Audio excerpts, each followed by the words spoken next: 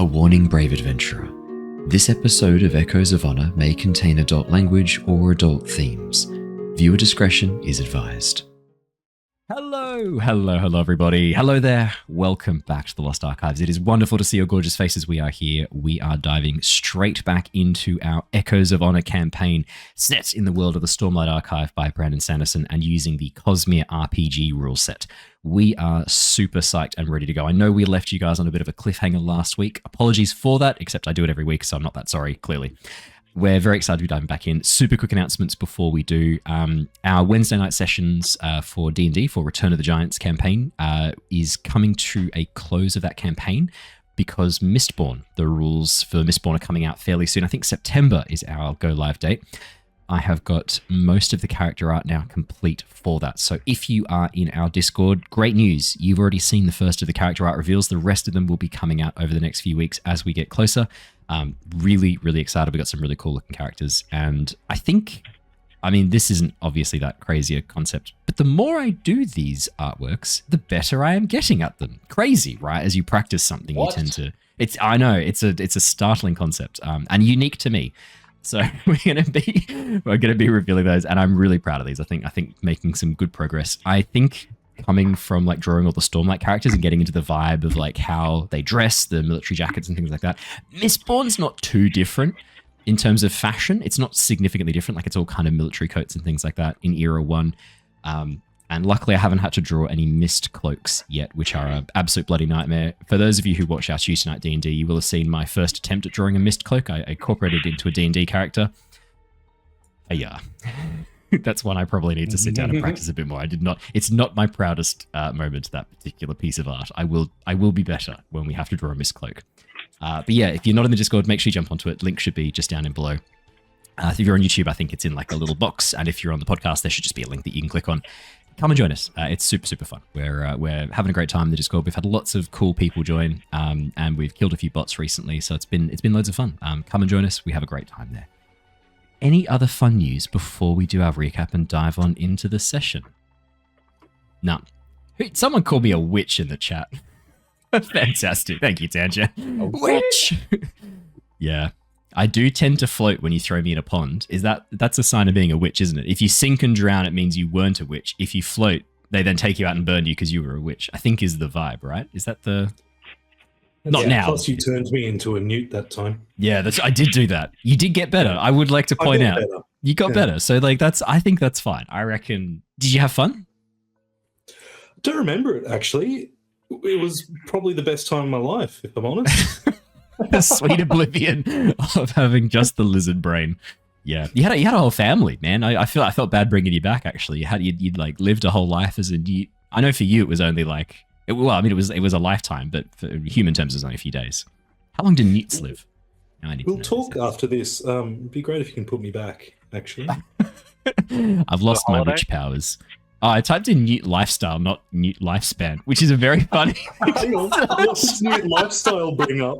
The AI was very confused. Wow, newts could live for 6 to 15 years. Jesus. Okay, that's good to know. Oh, yeah. So I'll put you back. Yeah, fun. I'll do the Rex hunt. I'll turn you into a newt, give you a kiss, and throw you back in the water. They're semi-aquatic. You'll be fine. All right, let's do a recap. For all our international listeners, yep. Rex Hunt is a very famous... No. Don't explain the Australian-only references. This is just for the Australians. This is just for you.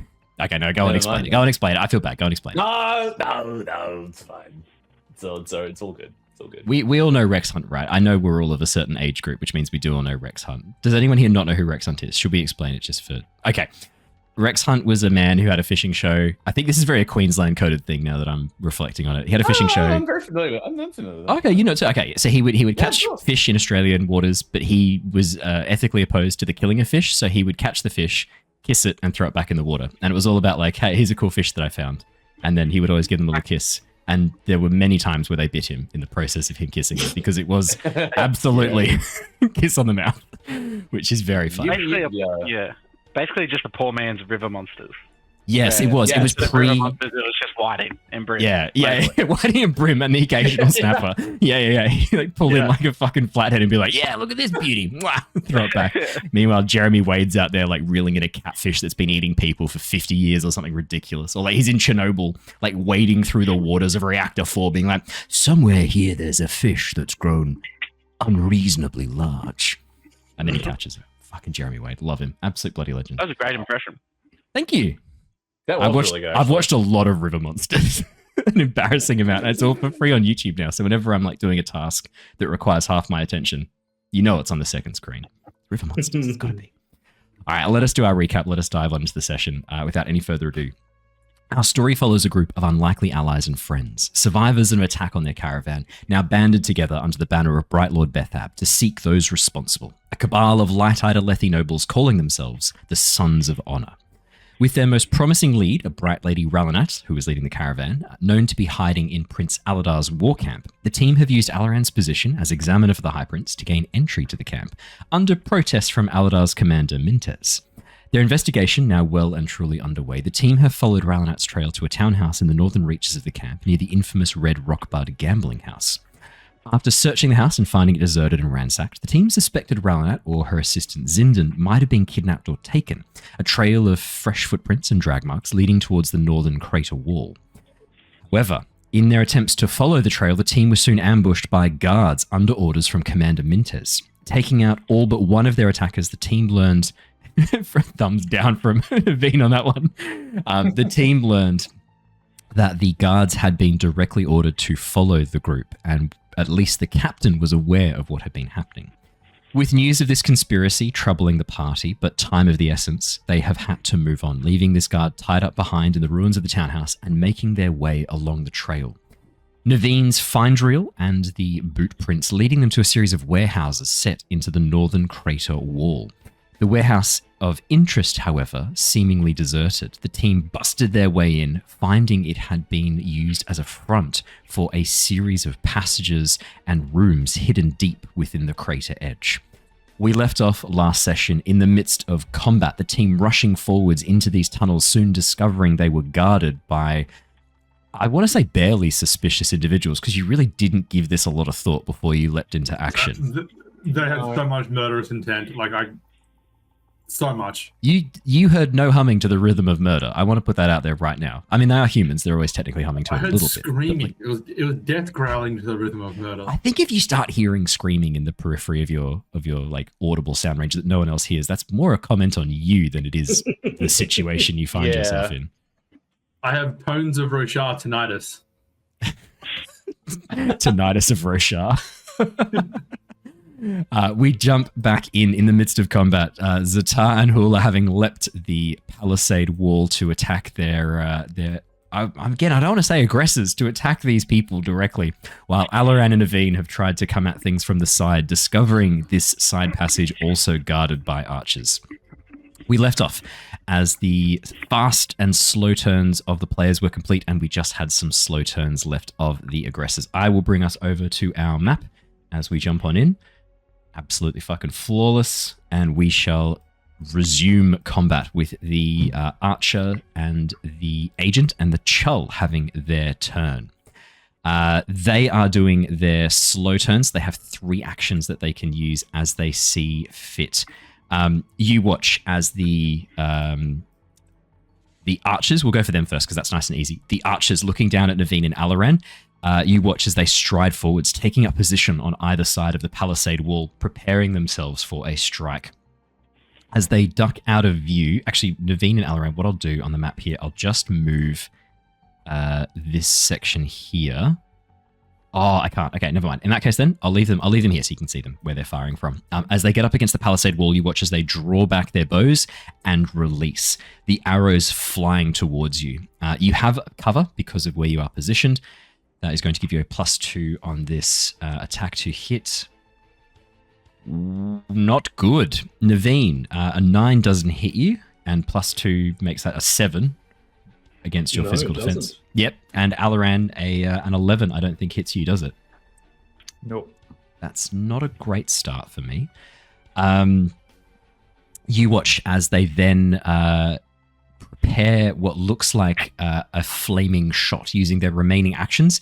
You watch as they pull out 2 new arrows and begin striking flint and steel against them. Fire bursting into view as they prepare to fire these shots next. Back with the rest of the crew down in the bottom half of the map, we've got the agent, the archer, and the Chull. In the far corner, still hitched to a wagon, is a rather elderly-looking Chull. Its enormous stone shell cracked and covered in creme and lichen. One of its eye stalks is grey. It looks very old and very weathered. You watch as the Chull attempts to break free of its ropes that are binding it to the cart and make its way over towards you. Its claws clapping in a very aggressive way as they snip together. Murdery. It does seem a bit murdery. It is unable to get out, however. Wow, I have not rolled above a 5 so far. This is... I mean, it's elderly. What did you expect? It's I did roll above a 5 for Alaran, but I've not rolled much above a 5.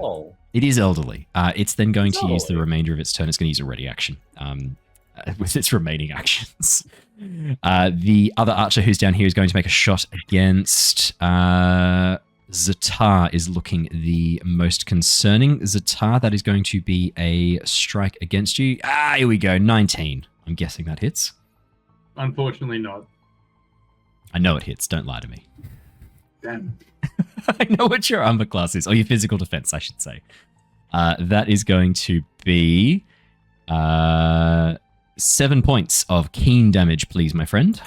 Ouch. As the arrow... That's a fair whack of keen damage. It's a fair whack of keen damage. I rolled pretty well on that, boy. I rolled a 2 plus 5. As the arrow slams into your shoulder, striking through your uniform. I know you're currently dressed in your parchment rags, are you not? No, right now I have my leather armor on. In that case, then, it slams into your leather armor, piercing through into your flesh with a rather dissatisfying thunk. The archer is then going to use... that has reduces. Yeah, well, I mean, it's called soak in VTM. I assume I don't know what it's called here. Deflect? Deflect. Deflect, that's the one, yeah. Oh, yeah. What's your deflect value? It's pretty good, I think, for... It's like 1 or 2 for 1. There you go. That's all right. Could be worse. Yeah. Now you done pathetic 6 damage. Yeah, exactly. Yeah, I know. You watch the archer cries a little bit, his damage being slowly taken out. He is going to then use part of his movement to move back and get into position closer to the Chull over here as he makes a few soothing noises towards it, holding out his hand, going, it's okay, shh, quiet, hey, trying to get its attention. And then he's going to... Again, the actions of a murderer. Oh, yeah, I feel bad. These guys don't seem murderers. He is then going to... Why do they have a weird person-sized button to press on the front of their house? Oh, there we go. The... In the good Suicide Squad, how they kind of just rock up at that camp and just... Yeah. A peacemaker just axing through everything. Yeah. That was pretty good. Yeah, and I could watch Idris Elba murder people all day long. He could be James Bond, right? Can we have him be James Bond? He'd be a good James Bond. Yeah, it would be a good James Bond. I want him to be James Bond. The agent is going to take this opportunity to use their disorienting distraction. They're going to spend a focus, reach into their pocket, and throw... I don't want to say sand because it seems too obvious, but throw essentially pocket sand in the eyes of Hula. Hula, he's going to use his focus to attempt to distract and confuse you. Can you please make for me an agility test? Just to move up to do this. I am technically braced. Does that do anything here? No, it does not. This is not a direct attack against your physical defense. It's more like an area of effect, throwing the sand over towards you. Let's not say sand. Let's say it's a cloying, itching powder, some sort of like medicinal component that is incredibly irritating to the eyes, causes you to kind of cough and sneeze, some sort of like a nasal irritant. And agility? Yes, please. 3. I'm sorry, I know it's not your best. Oh dear. That's... It is affect my work. Yeah, sorry about that. That is a 5. You are going to become disoriented until the end of the thief's next turn. I'm so sorry, that's going to last for a while. You will have the disoriented condition. Or disoriented, essentially you can't use reactions. Your senses are disrupted. So you essentially always are obscured, quote unquote. And you will have disadvantage on perception checks and any checks that require use of your senses until the end of the thief's next go. Ouch. How do I add that? On your character sheet, if you have a look on the, I think it's like the middle or the far right column on the second batch underneath all the stats, there should be a thing for conditions that you can add. When you say thief, you meant agent, right? Agent, yeah. Oh, sorry, in the top right-hand corner, where it says your level and tier, and right in the top right-hand corner, there's a little box that says conditions, no active conditions. You can then give yourself a condition from there. And what is it? Disorientated? Disoriented, yeah. Got it. Awesome. The agent is then going to move forwards and attempt to make a strike against you. That's their last turn is the movement, and then the strike. That is going to be Hula. Does a 13 hit you? What's your physical defense? 14. No, then that doesn't hit you. I think we're all 14, right? Perfect. We're all 14. Well, that makes life really And easy. again, I don't know if that brace thing still counts. But The brace thing still counts, even though you're actually even higher. You're 16 at the moment. Yeah. Perfect. Okay, that's brilliant. As it goes to stab you, with you sort of stumbling around trying to wipe this gunk out of your eyes, it's quickly becoming this slimy, toxic goo that attaches to your mucous membranes. As you're kind of wiping it away, stumbling around, you actually manage to stumble out of the way of the knife strike. The agent cursing under their breath as they fail to make a strike against you. All righty. Next up in our initiative order, we have... Oh, no, that's the end. That's everyone. All right, perfect. Could I get all of you to please pick an approach? Fast or slow? For fuck's sake, I will find... At least it's easy for me to just do this.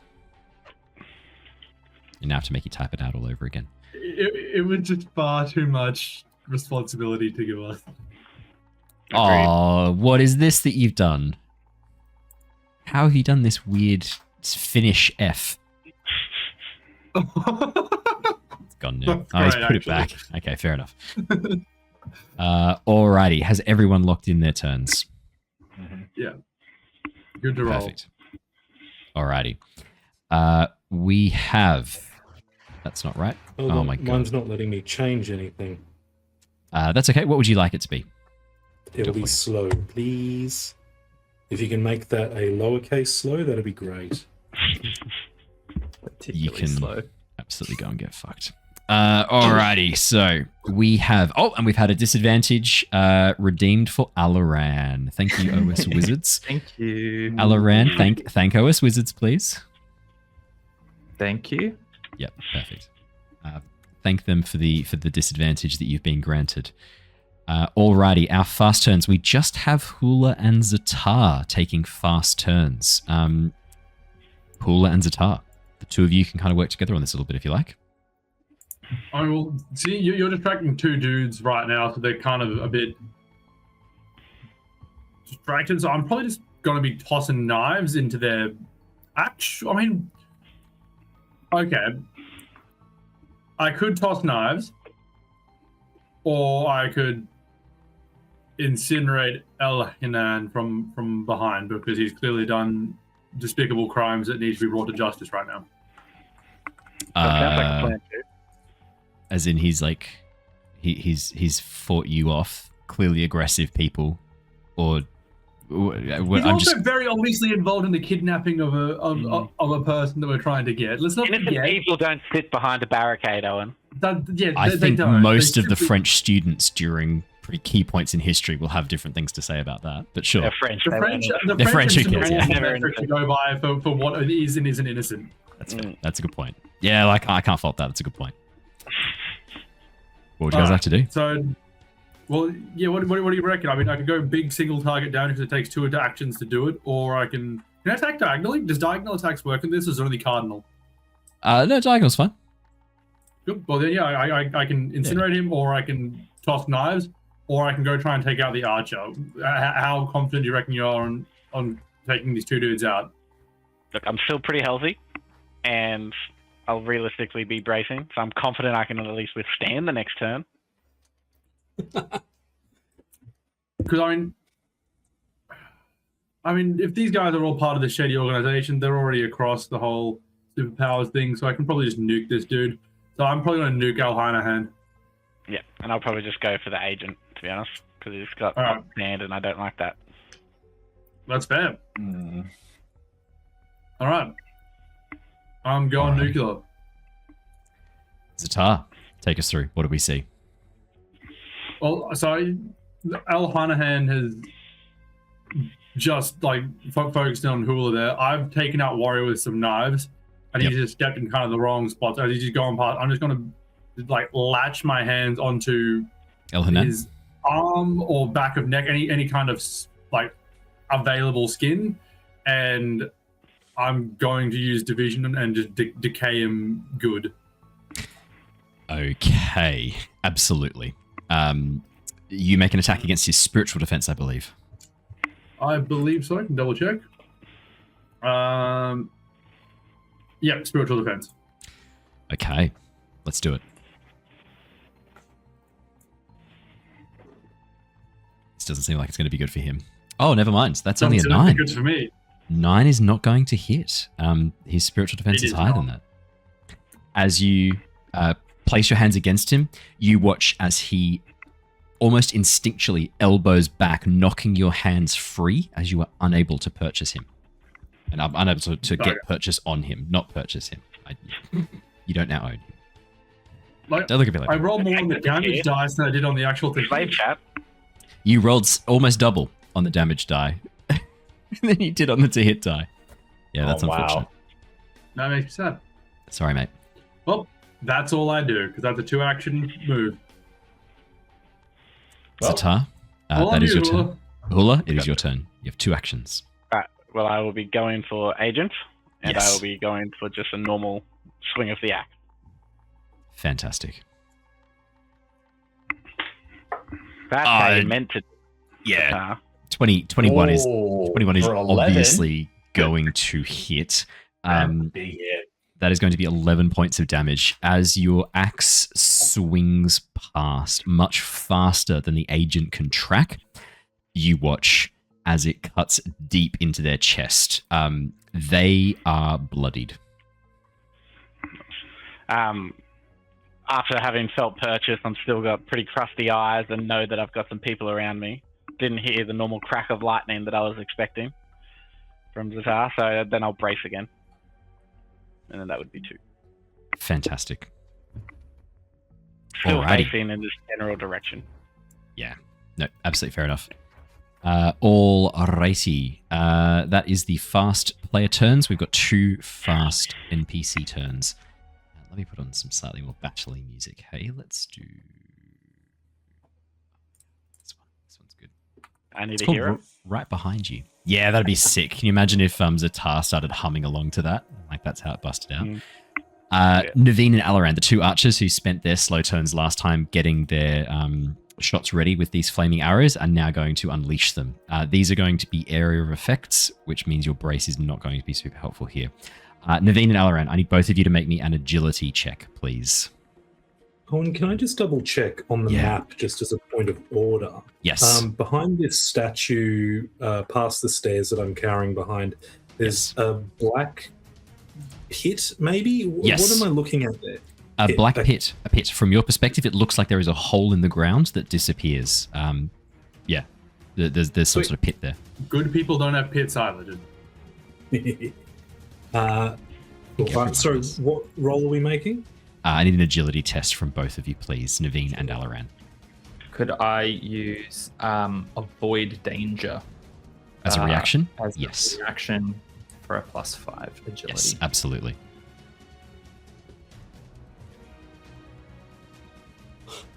I mean, it's still an agility check, but yes. Yeah. Am I using my disadvantage now?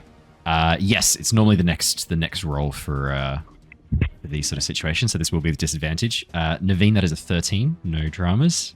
Alaran, I'd love to take the 17, but you got to roll with disadvantage, so let's see what we get. This might be the time for... Oh, it's a natural 1! Oh no. Alaran. Of course it is. As the arrows off the wall behind you, there is a part of you that is emboldened as you go to stand to see what's happening, unable to kind of glance over and glimpse these archers past the rock wall. You make the possibly fatal mistake of standing up to get a closer look. The arrow, as it flies through, strikes you in the chest. Neivien, you are able to avoid this danger. This is going to be less damage for you. Alaran, that is going to be... Got it. Okay, that's going to be 12 points of damage to Alaran. Neivien, you're taking half of this for 6. That's unfortunate. I'm guessing deflect doesn't even come into play here for Deflect will reduce the damage. Yep. Ooh. Reduces all incoming physical damage. Yep. Good. Need that. Yeah, that's going to make a difference. Yeah. Now, the natural 1 means you also have an additional complication. Alaran. As that fire burns, you are unable to hold back the scream or the pained cry that echoes out from you. And as it does, there is a sound of chittering that comes from that alcove nearby. And you watch as crawling from underneath the lid of these stone sarcophagi, you watch as a small gremlin-like creature emerges from the gloom, pulling itself over the top of the lid. And as its pink eyes turn towards you, you watch as its mouth parts and mandibles begin chittering as 8 more form a swarm. Alaran, you recognize these creatures. You are a Aelthi. You have lived in areas where these creatures are. These are shell mites. They are a form of Kremling that have been known to attack and strike at people if they think they can get an easy meal. They are scavengers, but they will happily take a weakened or injured person in a swarm. That is that archer's go. Apologies for that. Down in the lower section, the others. The archer who was getting his flaming arrow ready is going to make a strike towards Ztar. And Rav-eth, could both of you please make an agility check for me? That both of us making the agility check? Yes, please. It's the arrows firing into the wooden barricade behind you, and so it's more about the flame bursting out, a little splash of oil as the container that's attached to this arrow. As you get a closer look at it, you can see that it's not just a tip wrapped in fabric and dipped in oil. There's a container behind it filled with oil that, when it strikes, is designed to explode and spray this burning oil everywhere. Both of you pass. You're only going to take, and I rolled way lower, that's only going to be 4 points of damage for each of you, halved from 8. Ooh. And That's not a very good guy thing to have. No, Yeah. it is not. And Deflect does reduce that. Yeah. To 3 then. Okay, great. Deflect definitely reduces that. The agent is going to make a choice because they are currently in an area where their enemy's primary sense is obscured. Hula cannot see them. They're going to try and make a stealth check to go into stealth and try and hide and get a critical strike. Hula, could you please make for me... no, sorry, it's a stealth check against your spiritual defense, and they've got advantage on this. Hula, that is going to be a 16 against your spiritual defense. What is your spiritual defense, my friend? 17. Oh, that's going to be a fail, even with advantage. That's a problem. Yep, cool. They're only going to be able to do their strike then. That's it, and they can't even move. That's disappointing for them. Hula, that is going to be... Oh, technically that would have been at the end of their turn anyway, so it doesn't matter. I'll do the strike first. Hula, that's going to be a... Oh, it's a 13. That doesn't hit you. We've already discussed this. 14's your number.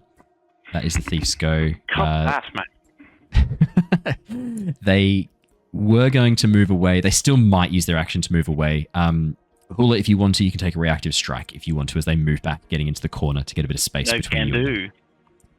Oh, you've used your reaction, have you?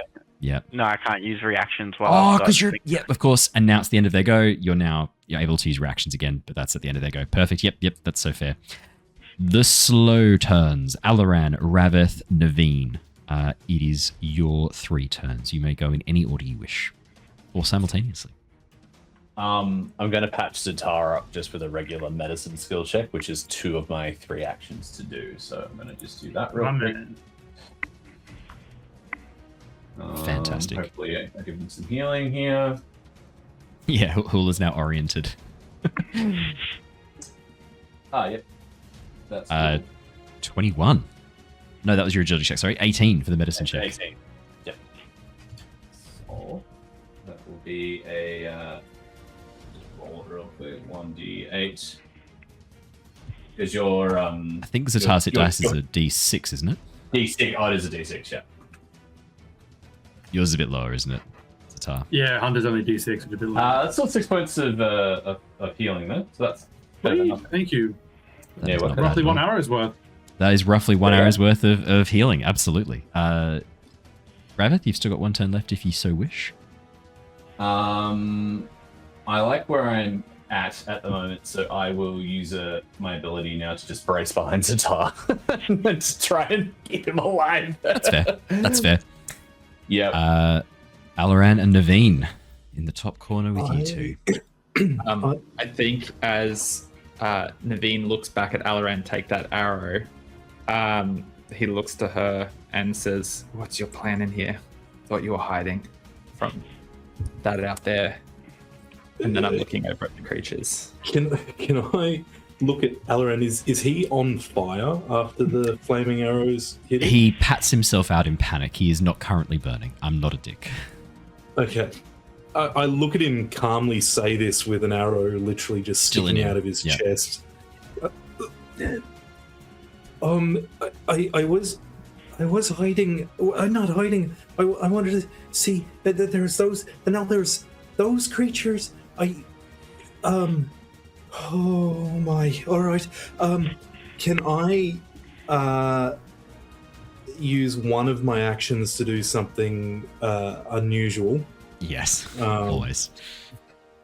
I have. At this point, you can just say, paper. "I do my usual," because for you, this, yeah. I do a RAF. Yeah. I'm going to, if possible, let me know what is actually achievable with this. But I've got wax in my bag, Yes. and I've got paper in my bag. If Yes. I tear a strip of cloth from the hem of my dress and wad the paper and the wax up and tie it to the end of my spear, can I light that on fire? Yes. That would be an action to do Cool. so. Sweet. I do that, and then I have a spear on fire. Yes. I am going to. Fuck. I'm going to crawl over to where Alaran is, trying to stay as low as possible below like the step level, so I'm at least a little bit hidden. Yep. Except I've obviously got a big flaming spear waving around above my head. Yes. I don't know what to do. I don't know. Do we just defend against those creatures there, or I mean, those people are still throwing arrows at us. Could you stop that? I call out to them. You hear one of the archers call back. Then get out of here, storming woman. I can't. You're trying to shoot me. Run away now. Do we run away? No. Alaran just like looks, that's his MO, but he's looking up and he's thinking those threats are something that I think would be a hard fight to fend off if we had to. There are people shooting on us. We have no advantage in this room, and retreat is the best of the options. All right. Well, This isn't I'll. for us. Just such classic moves from the Light Eyes contingency. The Council of Light Eyes has met. We've discussed this. We don't want to be in danger.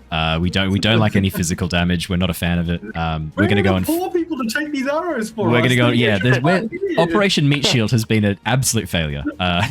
Operation Hiding Cave is not going well. We need to reposition.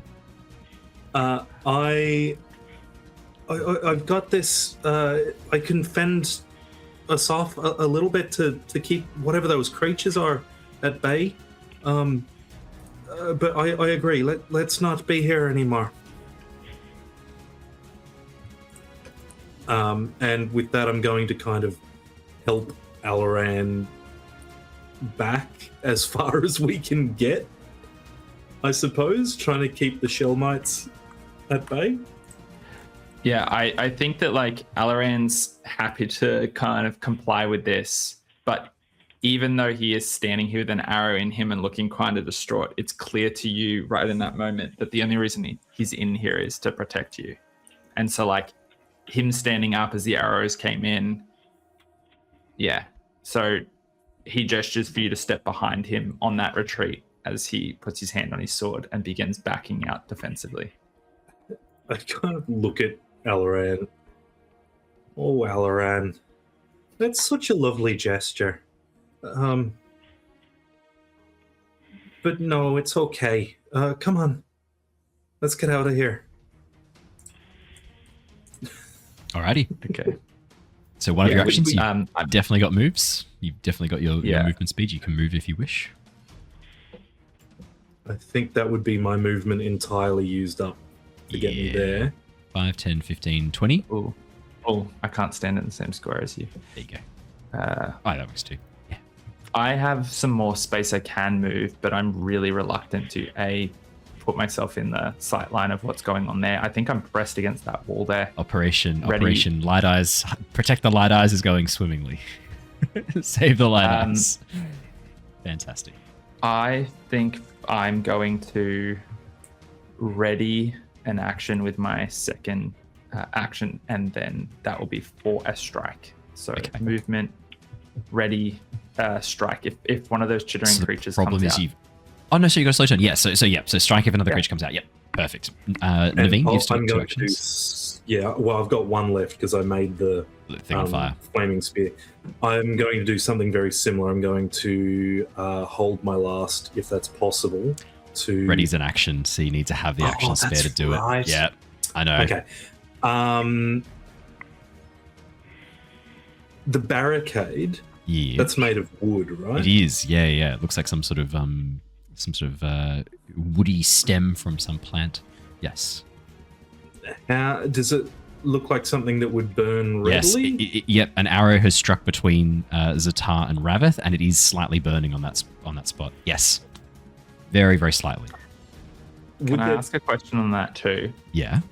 Is there evidence that creatures or people have tried to attack that barricade? Do you want to make a perception or deduction check for me? Pull a fire token down too to show where the flame is. How about that? Oh, looks good. That is good. That looks good. Oh, man.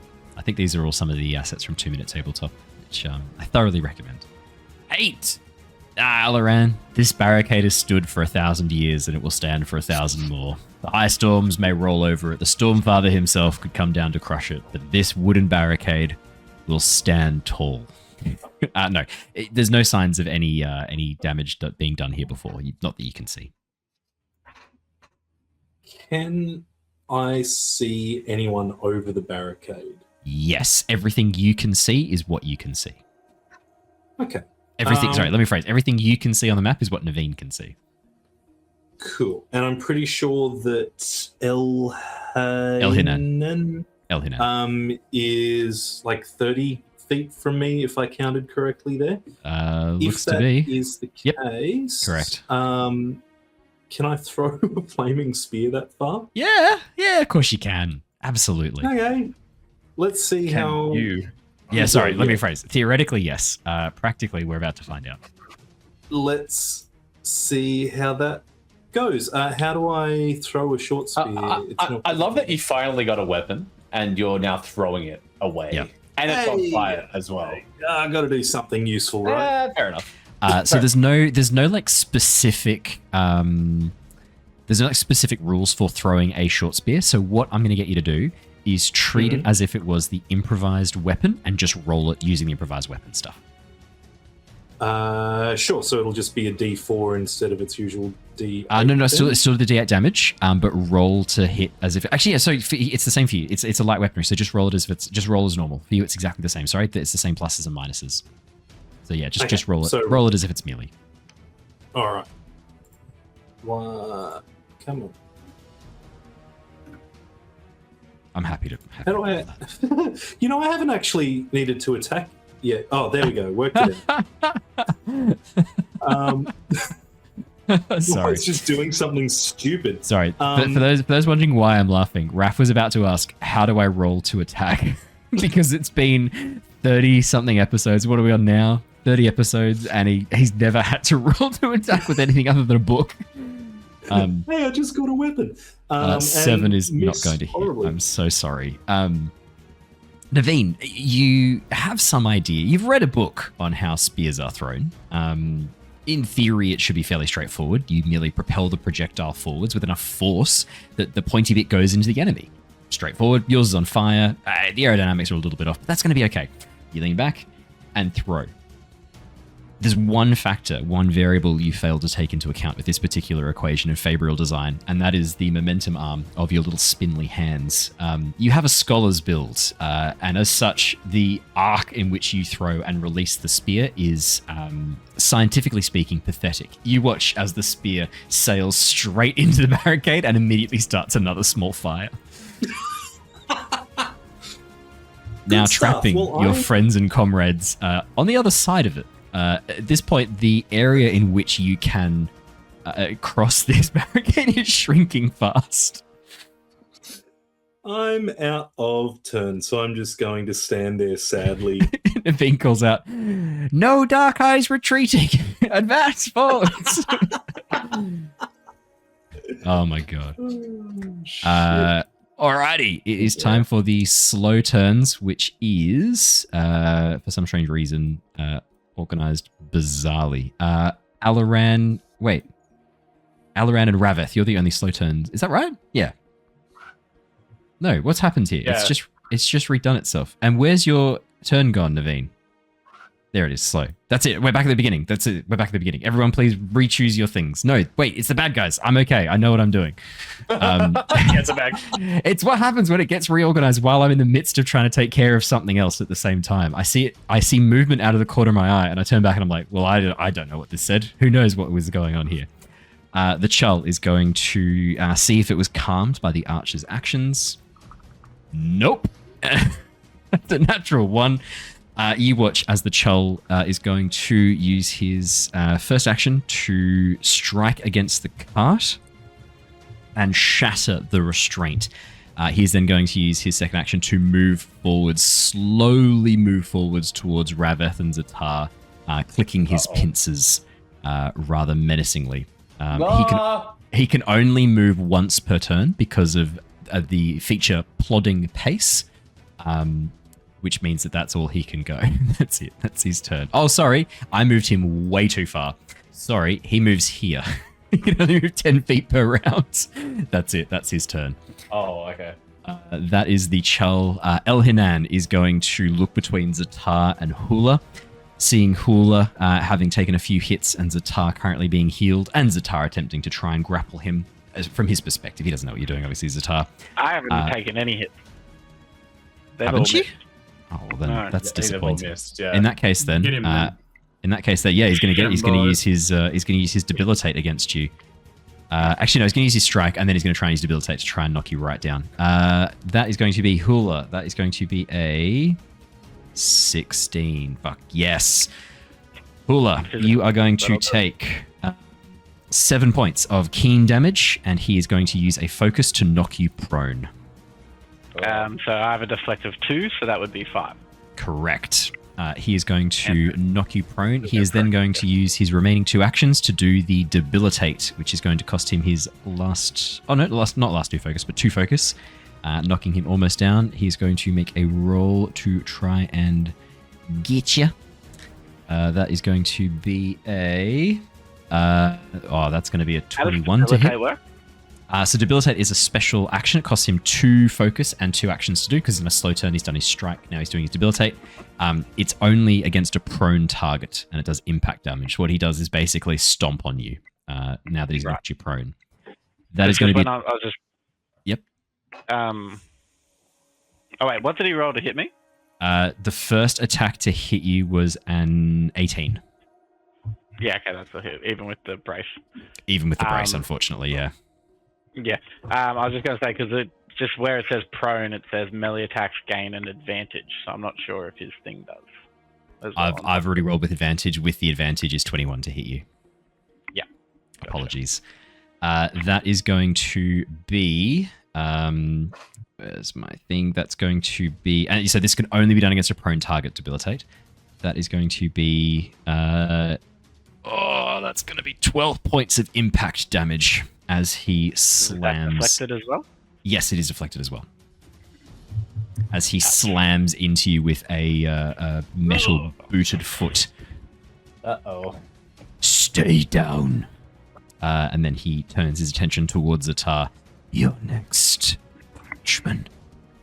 That's his go. That is all of the goes. Everyone, please pick a new approach. Please. How much action is standing up? That's part of your movement, I believe. So if you do a move, it'd be factored into your move. This is a pretty sticky situation we're in. Yeah. I'll stick with fast, I think. Yeah, I'll Trying to keep Stick with fast, grappling him. go stick with slow. I'm going to stick with fast, because I don't want to still be on the ground if this guy goes first. Nope, that's so fair. Oh, sorry. Nope. Standing up is a free action. Apologies. But your movement speed is reduced by 5 feet to do this. But it's a free action just to stand. Gotcha. That's not much of a penalty. It's really not a penalty, is it? I mean, just the advantage to Not hit. during contact, yeah. Yeah, that's it. That's really not that much of a problem. All right, has everyone chosen their approaches? I mean, from my perspective, it's not great. It's not great. Yeah, he's not having fun. Is that everyone? Is everyone ready to rock and roll? Why are you still doing that fucking F? Do it. All right, great. Let me reload these bad boys. Ztar and Hula, the two of you are up first. Yeah, I'm trying the same thing I did last time. Let's see if I can actually roll something not terrible today. Yeah. I assume you're fine to see if I divide this dude. Yep. My intent would obviously just be to stand up and try and help you divide this dude if you can't divide said dude. Yeah, we'll see if your axe can divide better than me with Radiant powers, like through the ancient bond between man and Spren. There No, we go. that's definitely going to hit. That's going to be a 16 to hit. That does pass his physical defense. That is going to No, 19 be... to hit it, 16 on the damage. Sorry, 19 to hit, 16 damage. Jesus. Yeah, obviously this really hurts him and takes him all the way down to, almost all the way down past Bloody to close to death. He is right on the cusp. As you place your hands upon him, the energy swirling. Talk us through, Ztar. What do we see? What happens when this occurs? Well, by this stage in the fight, my Stormlight started to dim, and with the last of this, I kind of just channel it all into my hands. I'm trying to still make it look a bit grapply to everyone else. Fantastic work. To everyone else around. So I grab him by the neck and the arm and kind of twist the arm back around as I just channel it all through my right hand into his neck. You see like decay marks spreading from where my fingertips are touching him. It's just like leaching into his like spine there at the back of the neck as I'm just destroying the nerves and bone and tissues. I mean, that sounds fucking awesome. Unfortunately, Tangent has given you disadvantage for that. If you could just quickly roll me a d20 and roll 20 to see if indeed Look, I feel like after I gave the cool description, it might be too much to give me disadvantage. Unfortunately, because there's a lag between what we say and when stream hears it to maintain the highest quality of video. Then stream needs to be a bit more like proactive. Give you disadvantage in advance. Again. Yeah. Could I I think please? chat's saving the disadvantages for Alaran, actually. Fuck me off. Stop that tangent. Whoa! Oh shit! He rolled higher. For those playing along at home, he has rolled higher. That is going to now be a 24 to hit, almost a nat 20. Yes, that definitely hits. Yeah, what exactly what you described happens, but like 10 times cooler now. I'll stop this, you guys. I hate all of you. Why stop changing the goddamn overlay? I'm leaving the $sign. That's actually quite funny. As you grab him by the neck and begin channeling through this destructive energy, Elhinan goes to scream, but finds it very hard to do so as his vocal cords begin turning to dust as he breaks apart. Is all you hear coming from his mouth. I have no vocal cords left, and yet I must scream. That's a great name for an episode. We would get in trouble with that, I suspect, though. I think we would. Yeah. What would you like to do, Ztar? You've still got that. I think that was 2 actions. It's a fast turn, so that's it. No, you're yeah. Yeah, that's it. So I just have the tiniest little glow left. To me, is all anyone else would see. Actually, with the free action, I might actually regenerate. Yep. So fair. As you unleash your... Actually, no, I won't do that at all. Rav-eth did a really good job of fixing me up, actually. You're quite healed, yeah. As you unleash your wave of destructive energy, Renegade appears before you, glowing and pulsing softly in time with the destructive waves of energy. This power, Ztar, you must be careful with it. It can do great harm. Use it for those who are guilty. Oh, this man is very guilty. Many crimes. I can feel the crimes. Your Spren offers no further guidance. Hula. Oh, that's ominous. We just need to convince him that everyone I don't like is a criminal. You're like the Don Cheadle Captain America skin, Captain Planet skin. Yeah. Oh, that's so good. Everyone's trees. Everyone's trees. If I look hard enough, they're all going to be guilty of something. Hula, my lad. Whatever you'd like to do. I will attempt to stand up. I don't know if I have to do anything for that. It's a free action, but you lose 5 of your movement speed if you do then choose to move. Yeah. Okay. Well, I will probably go to strike this guy instead of trying to move. If I can click the right button, of course, that would help. Yeah. Have you looked next to the long rest button? He has. He's found it straight away. That's a 19 to hit, and that's on Elhinan. Yeah. 19's going to hit. That's going to be 8 more points of damage. Oh boy. Hula coming in with the theft of the kill. That is exactly lethal. He had 24 hit points, 16 and 8 more points. Yeah. Hula, how do you want to do this? Having just stood up after his little fancy little kick in the face, I'm not too fond of that. So I'm going to try and just come upwards when he's not suspecting and try and bring the axe up between his legs. Between his legs? Yeah. With no vocal cords left to scream, all you hear is a very faint whining noise, like air escaping from the narrow aperture of a balloon. As you just like stab him, slam into him with your axe right between the legs. His sphere pouch is immediately split. The sphere is shattered by the brutal swing. Soft clink of glass landing on the ground. What did you think I meant? I feel bad for him. You watch as he really sad. You watch as he collapses to the ground without another word, dropping dead. They're probably not bad guys. Not a criminal, safely disposed of. I love in Ztar's head. He's like, "I am vengeance," and everyone else is like, "Are we the baddies?" Essentially. No doubt. Don't give yourself a moment's doubt. That's how a criminal will get you. Well, you still the number have one action. criminal. I'll race and face towards the sort of agents and archers. Yeah, so fair. Well, it would be Elhanan's go next, but he's dead. So let's move on to the slow turns. Neivien, Rav-eth, Alaran. The criminal formerly known as Elnahan. No, his Actually, I have name's a quick question. just Elhanan. Yeah, what's up? Do you only get one free action each turn? Oh, that's a good question. I don't know the answer to that. Let me have a quick look. Because I have that combat coordination thing, which is after using the strike, I can use the decisive command to give someone a benefit. Yeah, I would assume that you can follow just do free actions. Yeah, free actions follow the same rules as other actions, except they don't use one of your available actions. Each free action can only be used once per turn, but you can use different free actions, so that's fine. You just can't use them multiple times. Right. Like you couldn't just do like infinite like regenerate with Stormlight and be like, it's a free action. I just use all my Stormlight and heal myself. Right, so given that I went for a strike action, I could use the decisive command to say give Rav-eth advantage on his next test. 100%. And if you would like to do that so Rav-eth can heal you, that's not a bad idea. Yeah, I think I would. But if he tries to heal Ztar here, I'll be a bit upset.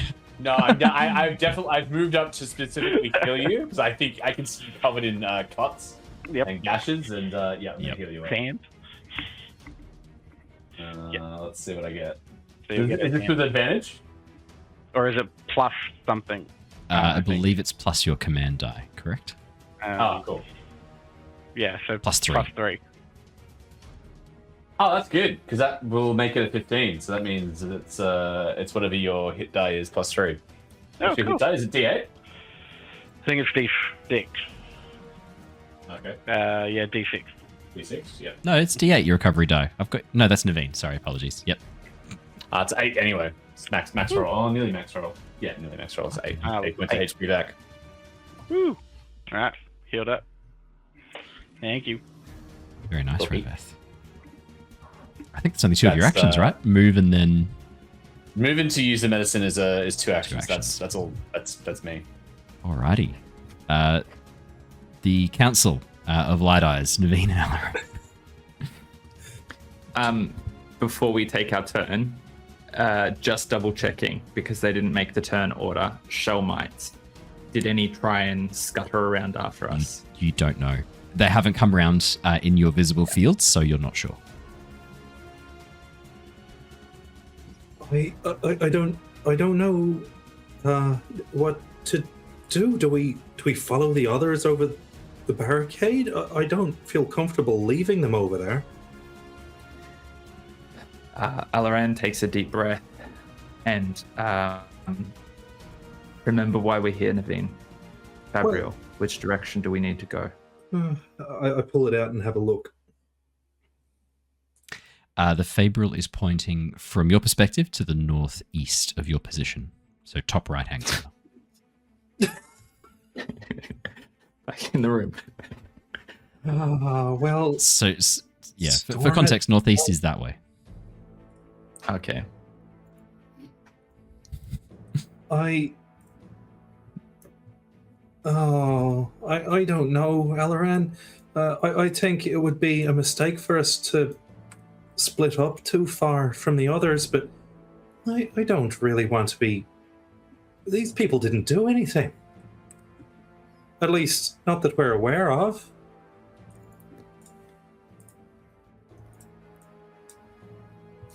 Yeah, I can't really see what's going on, but I could hear a lot of that conflict, and Alaran can just think of, like, he is not used to running in and killing unnamed people. Like, that's not his MO, but his training is about, like, you have to know who you are going to go fight in, like, a duel. Like, historically, that's his, like, upbringing. So it's about, like, learning the tactics of who you have to face. We're running in blind against an unknown threat, and these people were guarding something here, but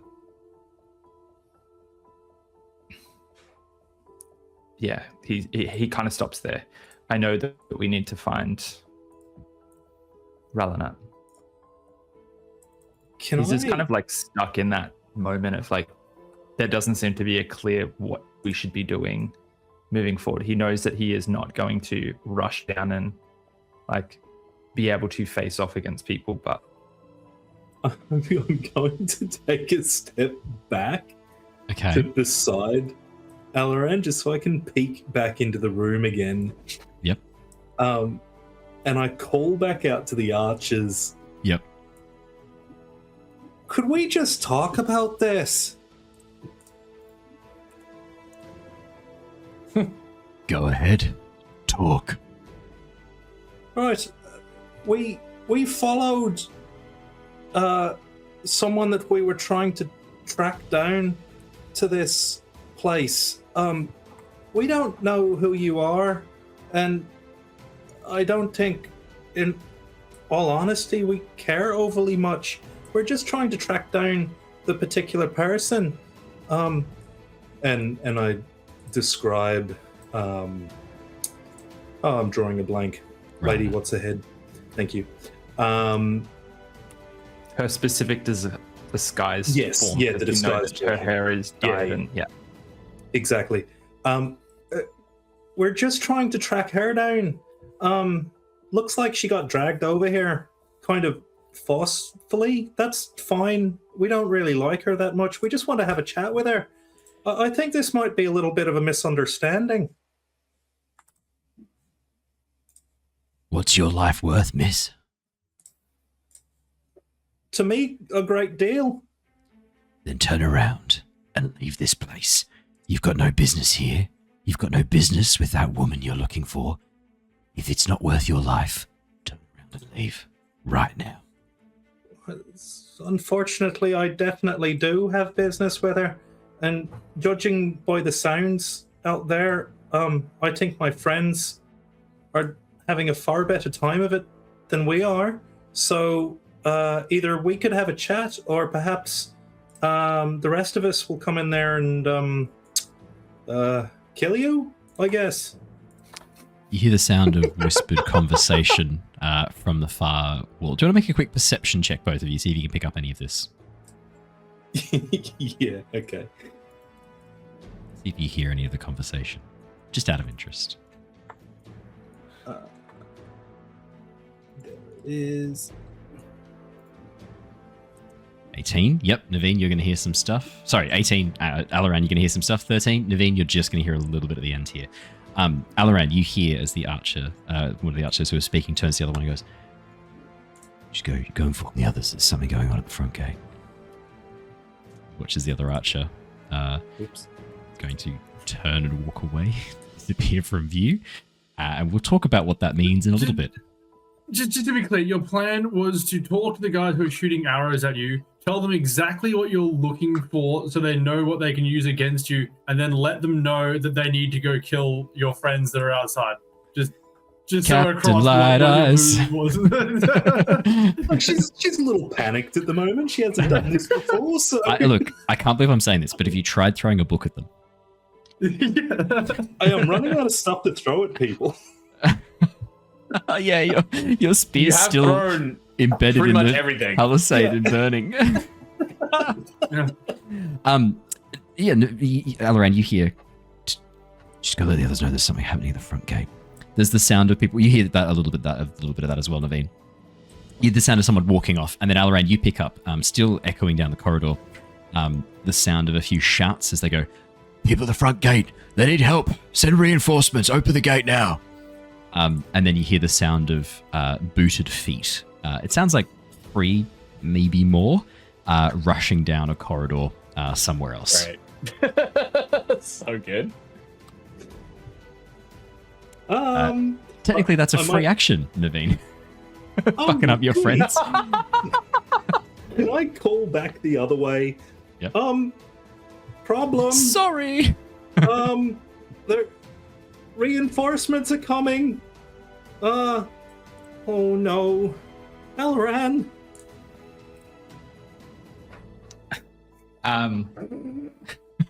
Alaran is like really stuck in this because, okay, I think there is a sense of like Alaran understanding that whatever that was potentially it was worth a shot. It was an attempt at not engaging with combat and violence, but also that room is not something that Neivien and I can like effectively engage with if it isn't a Bright Eyes showing up and just wanting to have a chat as a way to like engage some potential first pieces of information.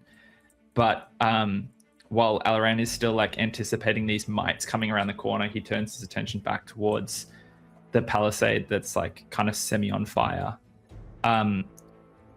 I don't want to move because I don't think that I have the information that's going to allow me to make an effective decision. So Alaran is just going to like kind of lock in here a little bit. And could I do...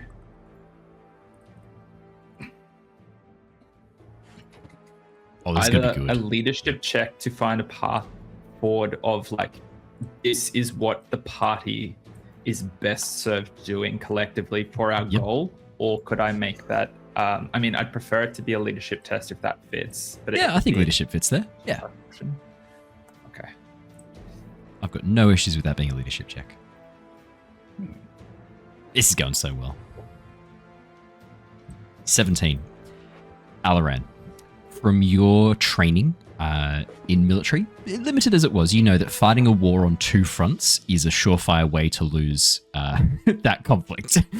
Ideally, what you want to do is be focusing your attention in a decisive strike that will push through and allow you to break the enemy's line and to get yourself where you need to go.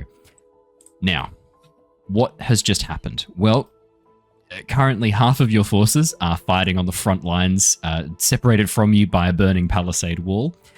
The remaining two of you are currently in this little alcove fighting a war where you're just getting shot at because it's a fucking like narrow alley. You got a blind rush to some soldiers. You have now just summoned enemy reinforcements to the front gate. In this situation, the easiest, clear way out of this is to, while the enemy are rallying again at the front gate, the rest of you come around behind and pincer through this gap in the wall here. That is the clear, most decisive method of victory, is to basically get around behind them and rout them from behind. You're going to have to convince your friends and your comrades that that is the best solution, and you're going to have to get them through the burning palisade wall. But if you can do those two things, and with a leadership check of 17, I'm happy for you to make a rousing speech that draws the attention of your companions to that, and then we can like pause a little bit. You can have a bit of a discussion with your companions, which is like you kind of sussing out what they're feeling and working together. We can have that be the next kind of action. So what I'll do, because of the way this kind of works, is Alaran's like channeling all of your decisions, trying to figure out what each of you would want. The easiest way to do that is have you guys discuss it. So we're going to like hold initiative kind of paused in this moment. I'll bring us over to the webcams. With the board as it lays now, with your current setup, you as players, in or out of character, depending on how you want to do it, can kind of discuss your strategy here. What are you doing? Where are we for this conversation, like geographically on the map? No. Like, this is happening. This conversation isn't actually happening. This is Alaran simulating the conversation with his friends in his head. Your leadership check just means that what they want is what you kind of imagine they say.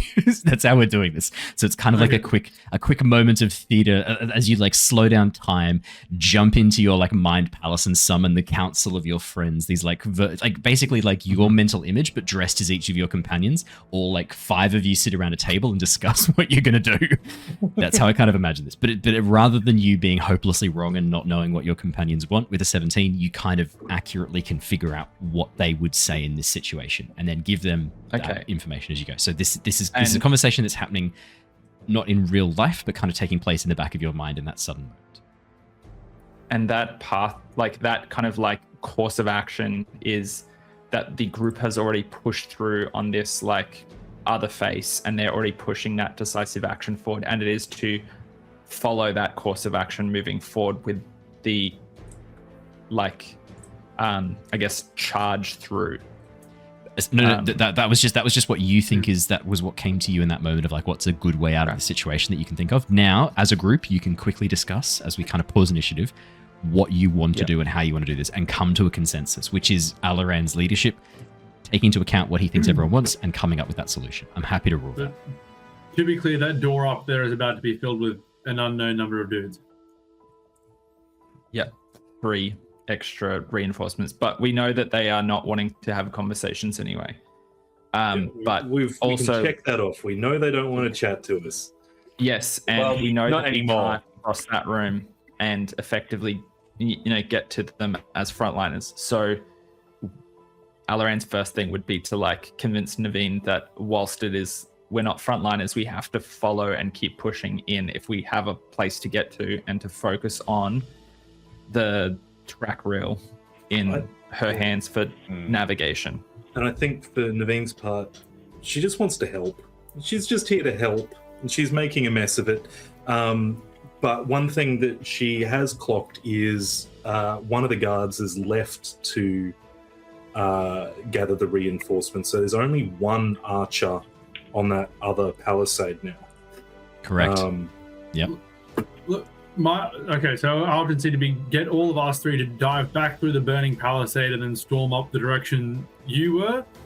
We all fuck off and leave, also through the palisade, or you two scramble your scrawny light eyes asses over this burning palisade, and we just smash these dudes out there and wait and try and set some ambush up at this door. Because Ztar, Harrison raises a good point. There's a bottleneck here. Only 2 people can walk through that gap in the fence, the front gate. Only 2 people can walk through there side by side. If you can lock that down and control that bottleneck, front line braced and ready to go, the others behind doing ranged attacks, you could hold that.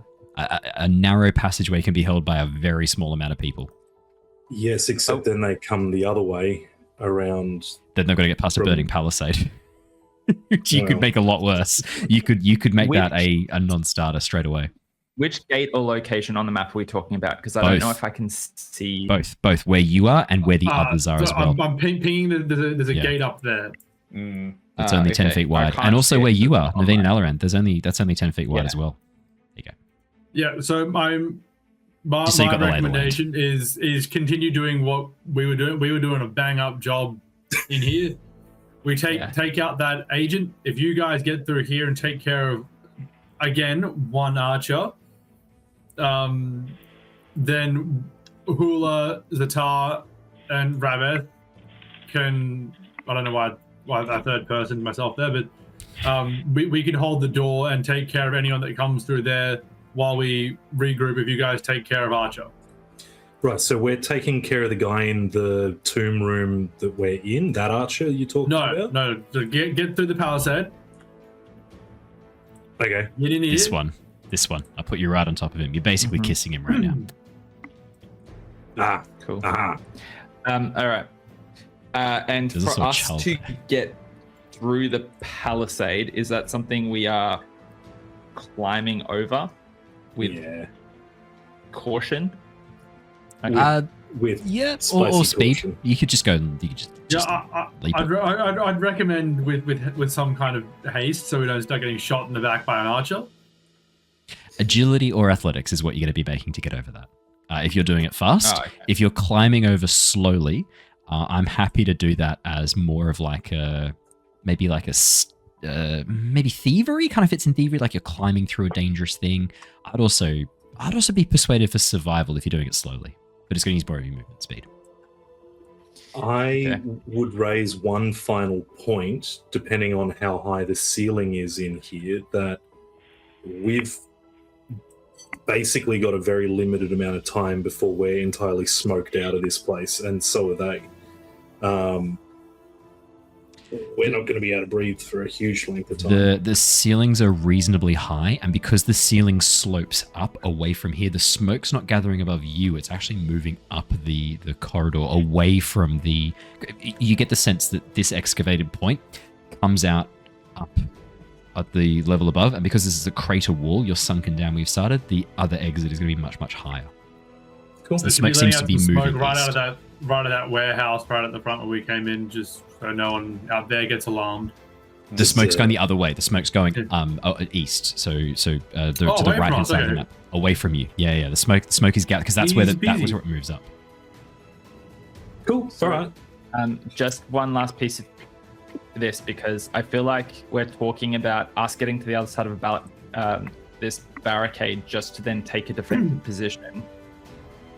I think Ztar wants you to kill the archer and then get ready to start. It's an offensively defensive position. Yeah. Should we be doing a tactful push further in the search of Ralanat rather than holding a ground on this? Like, I know this is a strategic location, but it doesn't matter if they keep sending reinforcements here. Like, we almost want to just. If I mean, we are we can. going to get Ralanan, It depends on how much going. you just said there was 3 dudes coming, so I figured probably take those dudes out the gate and then push through. I wasn't saying live here. Yeah, we're tunnel people now. Wait, maybe that's how these people. Well, that would make you criminals. Yeah, we could live here Yeah. until the next people came and Was raided. there Yeah. definitely 3 reinforcements? Alaran that were heard coming? 3, maybe 3 sets of booted footprints or footsteps. Yeah. Right. Yeah, so I was thinking just take them out and then push through. Like, we're definitely not going to stay here, but I don't want to push through to the right there and have a bunch of dudes come up behind us either. And I don't want to push up through the door until we have them come through, because then there's 3 dudes waiting for us on the other side of a door, and they're going to do the exact same thing to us. So I was just planning to do them. I know this is all kind of happening in Alaran's head. Yeah. So, but You've got a lot of conflicting voices. we got a bit of a read on like what these people are dressed like. Are they just dressed up in like Murderers, yellow Rav-eth. clothing? Leather Criminal armors. clothes. Leather armors. Yeah, they're dressed as murderers. Okay. Yeah, they're dressed in leather armor. Some of them are, I mean, they're using well-made weapons, but there's no markings or any signs on them that would be like a glyph, any identifying markings. They're dressed very simply. Okay. Well, I mean, that makes sense for a secret organization, potentially a murderer. So They're not fucking like Sid Cargano up on the fucking like top of a steeple laughing with a cloak that's bigger than he is, like flapping behind him like, I am the eminence in shadow. Yeah, it's not quite like that. They're keeping it secret. Yeah, cool. Yeah. No. Bondage gear, harnesses, straps, and buckles. You're not wrong about it being harnesses, straps, and buckles, OS Wizards, but it's shit, he's got me. Yeah, they're dressed in bondage gear. Shit. Technically, are Parshmen dressed in bondage gear given they're slaves? Different type of bondage. Technically. Different type of bondage. We're stretching the English language again. You watch as Alaran shakes his head as all of this happens in a brief moment behind your eyes, Alaran. It sounds like, you know what the others are going to do. They're committed on this front. Rav-eth, Hula, and Ztar are locked into this combat. Yes, there's more people coming, but you could hold this. You could defend this. You and Neivien need to get over this barricade, and ideally you need to make it impossible for others to get over it behind you. Fire seems to be doing the trick. Mm-hmm. Alaran's going to use his move action to move. OS Wizards, I'm not going to be silly enough to read out loud on a stream where I can be clipped at any time. Enslave me, daddy. I'm not going to do that. That's a stupid thing to do, and anyone could clip that. Not going to happen. Use it as a soundbite whenever they want it out of context. Owen. Nah, I wouldn't do that. That's silly. You would do that. I cannot move Alaran for some reason. How about now? Yep. You were inside That'll a wall. work. You just moved yourself back into the wall. Come on, man. Work with me here. I must be having lag because I can't see that. I'm like just about to. Oh wait, the fire. Okay, so I have to go to the far side to not climb over fire. You could Is that climb in correct? between where Rav-eth and Ztar are. There's a little gap in there that's not on fire currently. Just don't get That's- stuck. That's 30 feet. So I'm gonna like You can move twice per turn, Basically remember, or run 3 times per turn. the- You can use your moves. I'm gonna run to the far wall and I'll do my agility check here. And I imagine what this is using my light frame. Oh, did I move 35? 35 to get to there. 30 get you there though. Well, that Go on was gonna above. be way cooler. That's all right. I'll essentially. You're gonna like kick off the use wall agility and jump to- down, right? That was your plan. Yeah, I was gonna wall run. Instead, what you're gonna have to do is rush okay. up, grab hold of one of the spikes, slowly rub yourself up and down, and then jump over, like a pole. I will roll my. If you roll a natural 1, that's what you do. You pole dance before impaling yourself on the palisade wall. Yeah, I just add it next to the arrow out of my chest right now. Yeah. I need to even up.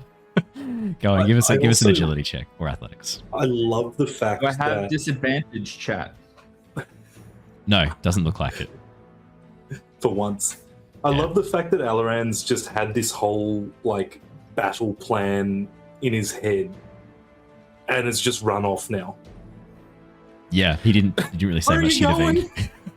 You can still call back. I think that like in that like moment of revelation, I have very short words for Neivien. That is, we need to get behind this barricade now and push for Ralanan. All right. Alaran, with a 21 on the agility check, you rush forwards, jumping, kicking off one of the lower spikes, doing a flip as you vault over, landing on top of the wall safely as you stand there looking down. You can see a Chull moving very slowly towards the party, snipping its little pincers every so often. The archer standing back with an arrow nocked and ready, and the agent rushing towards the gate, getting ready to... it looks like getting ready to unlock and try and get through this gate. Mm-hmm. So far my turn has been just a move. Movement, not the agility, wasn't just it? party movement. Okay. Oh, Neivien. Cool. Is anyone surprised? We'll get to you in a second, Neivien. Let's finish off Alaran, and then we'll have a chat about you. I feel like I would have... No, Neivien Nevien's not close enough for me to assist. Realistically there. I'm going to take another move action. Oh. Can I just pause there, even if I have to use a ready, to determine what I'm going to do based on how Neivien gets over this wall? Yeah, 100%. Yeah, absolutely. That's absolutely allowed. Yeah, the ready, because I think I haven't ran off on Neivien, but I have like... You don't have to roll a ready. You guys take your turns simultaneously in these moments, so it's not even a ready. You're just good to go. Neivien. So we're going with Operation Midnight all Hammer. over the palisade, take these guys out and block the door. The best. Yep. Operation Palisade Pole Dance. As you rush forwards, Neivien, you go to climb over nimbly, trying to jump. You find the wall of spikes designed to prevent people climbing over quite an effective barrier as you find yourself cutting sections of your clothing, a few cuts across your skin. That's going to be 2 points of damage, Neivien. Good. That could have been way worse, mate. That could have been way worse. As you take 2 points of damage, cutting little sections of... can you roll me a D100? I want to see which sections of your clothing are cut by this. Not in a weird way. It's more about your safe hand. I want to know if your gloves cut. No, don't look at me like that. 65, you're fine. You're fine. Your safe hand's fine. In the context, her safe hand being damaged is even Oh, weirder. shit, you're right. That is you're right. It's like having your ankles revealed in like the mid-1400s. Yeah, shit. Good point. In that case, then it was exactly what you're thinking, Raph. No, 65, you're fine. Freak.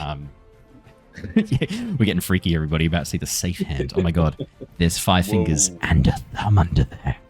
As you cut yourself climbing over the palisade wall, Neivien, you are able to get to the other side with only minimal damage to your clothing. Good. I'm going to spend my final action just lighting the palisade on fire as much as possible. Fantastic. I'm going to move you on the other side of it because I assume you meant to be not on top of the wall as you set it on fire. Is that a fair bet? Oh, no, put me amongst it. Okay. No, of course on the other side. Of course on the other side. Well, I mean, bitter experience, Raph, teaches me that I should ask those questions with you. Sometimes I need to be sure. That's just an interact. There's a flaming arrow right next to you. You can just like grab a stick out of the wall, hold it over the flame, and then put it in the wall again as the fire begins to spread along the palisade wall. Very, very nice. Let's make this one a bit bigger because this is a deliberately set fire. Oh no, that's a chunky fire. I didn't mean for it to look like that. There we go, a bit bigger. Beautiful. Alaran, you watch as Neivien climbs over the wall, and then with you still on it, begins to set fire to it more aggressively. Okay. In that case, my second action will be movement to remove myself from the wall safely. Just 10 feet for now. And then with proximity to my teammates here, I basically say there are reinforcements potentially coming through that way or this way, realizing there's a door behind us that potentially... we should decide whether or not to hold this position or move forward in search of Ralana. And I'm going to give decisive command to Ztar. Fantastic. You can roll the dice now if you like. Action to strike. 4. those that try to intercept us. That is the end of your slow turns. The Chull is going to move 10 feet towards you, still snapping its claws aggressively as it does so, this time now moving towards Alaran. The archer is going to lean back and fire his bow towards... doesn't matter, it's a natural 1. You watch as the archer goes to fire his bow. There is a sickening sound and the string snaps, breaking his bow. You watch as he looks in horror down at the short bow before turning towards the lot of you, reaching around, patting before drawing a knife, looking up towards the agent to the door, looking down towards you, and then rushing towards you with his knife, using his movement and remaining action to try and stab you. It's going to be 5, 10, 20, 25, 30. I think he's only got 30 feet. No, he's only got 25. He's going to stop back here right in front of the Chull. Yeah? Can I, given the fact that I didn't use all my movement, can I, finish my movement to intercept? Sure. I mean, technically no, but I'm happy to allow you to have moved a bit further. That's not a problem. Okay. It'll be a nice DM. Where would you have wanted to be? Like right in front of the fire? Yeah. Okay. Yeah, then the archer rushes up towards you, blade out, goes, and then goes to stab you. That is going to be... Crit. Oh my god. That's going to be an 11. The knife just misses, swings past you, does fuck all. He's now in the path of the Chull. Arrow. Not so great. He doesn't really want to be in the path of the Chull. The agent is going to use... What was that? Are Chulls loyal? Would they not attack this guy? Or are they kind of part of the team? Varies. Chulls are pretty dumb. And this guy has spent most of this Chull's life whipping it with a little stick to make it move faster. So I guess we'll find out. And this Chull is doing the Chull equivalent of charging forwards at full speed. It can't be deviated. It's charging forwards at maximum velocity right now. The agent is going to use their tools to open the door here. You watch as the door unlocks and then opens as the agent pushes open the door and calls up the hallway. Intruders! We've got intruders! Kallax Breath, get down here now! As they shout through the gap. That is going to be their first action, and then their second action is going to be to move back through the door. 5, 10, 15, 20. I believe they've got 30 feet of movement. Yes, they can move another. And they're going to open this door at the back here as well. Revealing some more people. Alaran, as you look down the corridor, you can see 4 well-armored thugs moving down towards the area here, holding clubs. Behind them, an archer calling out directions, pointing down towards the door as the agent opens the door. So they're funneling towards this. Coming towards you. Yeah. Yes. Cool. That is all of the slow turns left, which takes us back to the top of the round. Could everyone please select their approach, fast or slow? I mean, the aim of the game was move fast, but yes, you can move those barrels if you wanted to. What's the door like? Is it a gate or is it a door? It's a gate. I know I said door, but that was just because of the way that it kind of works. It is a door. Arrows could come through. It's a gate. I know I just said door. Yes, it is open. Both of these are currently open, by the way, right now. Okay. What the hell is that, and where'd you find it, Rory? The whole I find these attempts to try and change these symbols fun. They're so fun. You guys are fun. Is yours Aren't you fun? bold, Raph? Yours looks a little different, but very subtly. Yeah, font looks different. How's he done this? You did this. I'm the You're like a couple of sizes different. No, it's just in comparison to what's above and below it. Yeah, Not actually. It's an optical illusion, I think. Yeah. It's even better. That is alrighty, we've got everyone's approaches. It looks like you're all taking the slow turns, except no, you're all taking the slow turns. No. Ztar. Yeah. Sorry, Ztar. I'm gonna go fast. It's I blame Rory. It's his bloody S threw me off. But only because I hadn't tough. really decided yet. You can change your mind. It's not Yeah, too look, I'll probably, 15. Yeah, okay, so I can get to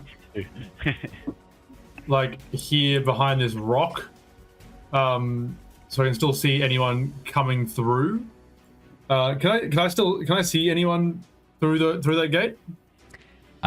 What you can see is what you can see. As you glance through the gate, if you can see some warriors moving down towards it, then Ztar can see them as well. I cannot. So then There you go, Neivien. I'll give you the SS. Not like that. It's an S with an S underneath it. Come on, man. It's the perfect S. Okay, no, so I will just get to there, and then I'll toss a knife back at Archer. Fantastic. Yep. Go for it. Alaran's missing out, so I'll give him a good one too.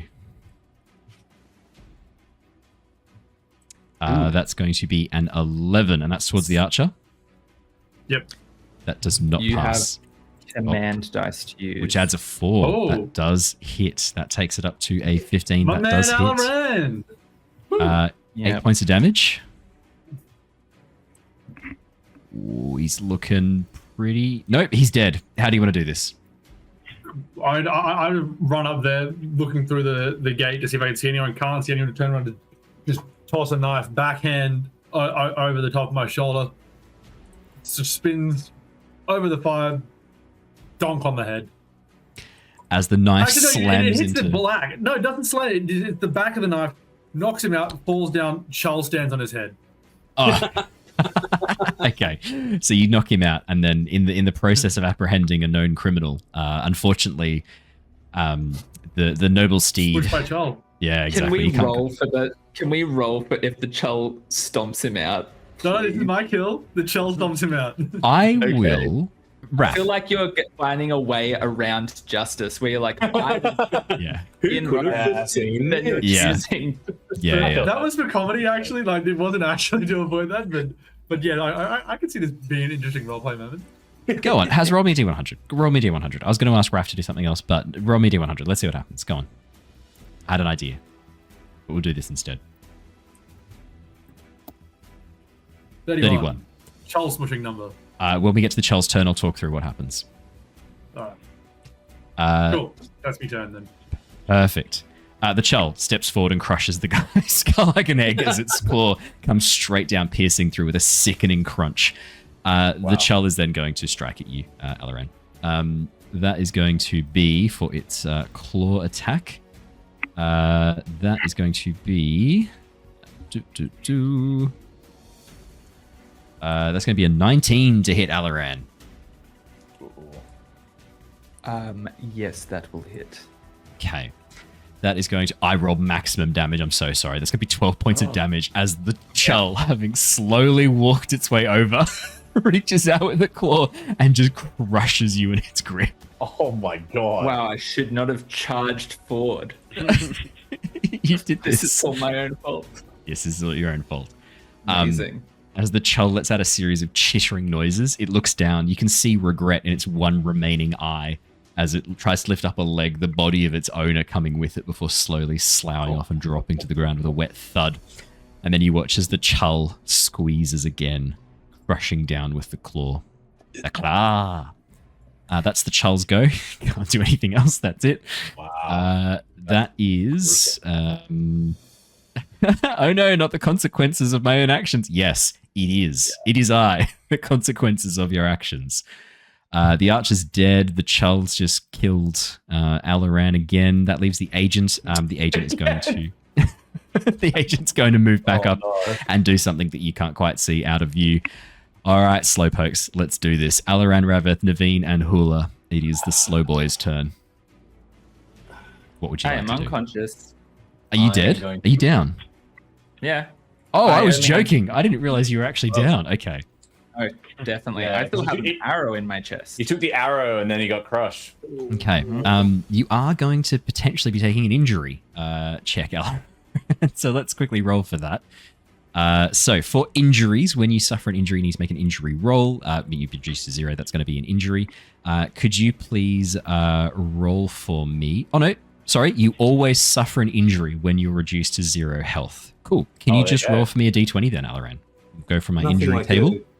a crushing spinal injury for good measure. Yeah, I'm using my special expanded injury table, which has lots of fun injuries that I've expanded upon and adapted from my D&D injury table. It's obviously a bit smaller than the D&D one because there's not like 50 different types of damage. He's rolled a 19. 19's pretty good. That is what you want to get on this. Is a nat 1 decapitation? Not quite. It's not an instant death. There are consequences for nat 1s for sure. All right, on the injury table, and this is going to be crushing damage. That's going to be, technically the Chull does keen damage. So yeah, keen damage. Alaran with a 19. That is going to leave a scar, a puncture mark, slashed puncture mark. Scarred on your skin is the only remaining sign of this injury. This results in no significant impairment and looks cool as heck, is what it says here. Where would you like your scar? Kind of sounds like around your middle. Maybe like teeth marks or like puncture marks on the side of your ribs where the claws kind of crushed in. Yeah, like scratched across the ribs where it's kind of like clawed across and it's like got this big, almost like an imprint of my rib bones where they've like breached on one side. As you drop to 0 hit points, Alaran, as you drop unconscious, falling to the ground, you hear a voice and see swimming around you a movement of crystalline vines growing rapidly, trying to reach you. No, lad, stay with me. No, can't lose you yet. Get back in the fight, lad. Now is not the time you die. Speak the words, Alaran. Ooh. Alaran, could you roll me a D100? Mm-hmm. Actually, sorry, no. Sorry, roll me a leadership test. Let's see if you know the words. And leadership makes the most sense for you, given the progress you're trying to make and the sprint you're trying to impress. Roll me a leadership test. Is this an appropriate raise the stakes? I think so. Does it matter? Yeah, I think this could be a good time to raise the stakes. Yes.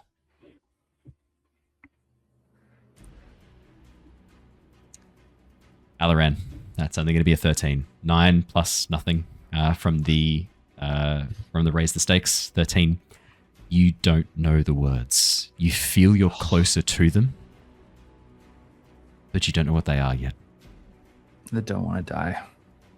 I've got things to do. No, lad. Not those words. Rav-eth. I'm gonna save Alaran. That checks out. Yeah. I used my We took a lot of shit about Operation Meat Shield and the Council of Light Eyes, but man, does Alaran take a fucking beating every single fight. Every single time. Step over the palisade, please. I mean, to be fair, you had kept your distance. You then, during another NPC's turn, was like, I would have moved closer to intercept. I still had movement, and I was like, I normally wouldn't allow this, but as a special favor to you, Ash, would you like to finish off your movie? You're like, yeah. That's okay. Put me right in front of the Chull. I realized if I didn't give Ztar decisive command, he wouldn't have killed the archer, and then the Chull wouldn't have attacked me. So it's Maybe. Like, that's fine. What was your hit dice, Alaran? A D8. D8. Oh, that's good then. Matt, could you also roll me a raise the stakes for this as you attempt to heal him, because you are also in the process of bonding a spren and you are also close to speaking the words. I think watching one of your team members drop down to 0 hit points, I think that's going to be a stressful enough situation that you could potentially be a candidate as well. Okay. Just roll it as a d6. You can just do it as a d6 on D&D on Roll20. Okay. 1, 2 is a complication. 6 is an opportunity. I believe. Hold on. Oh, A D6? It's 2. that's going to be a complication, but it doesn't. It's not like it's not. Oh, wait. I realized I've got opportunist. Yeah. Once per round, you can re-roll your plot die. Ooh. Do you want to re-roll haven't- your plot die for that test? I mean, even with an opportunity, it still won't get you. I mean, I shouldn't be telling you dice ranges, but it's still not going to quite be enough. Yeah. I'd save it just in case. Can I mean, it doesn't require anything. I'm unconscious. Like, I don't know if I can use features. Is it a reaction? Oh, It is not. It's a starred that sucks. quality. Special action. You're up on. I rolled the lowest I could on my medicine check, but you do get a +3 to that, so it's 4. Yeah, that's something. It's better than something. It's something. Perfect. Stay with me, Alaran. Nice Chull. Good Chull.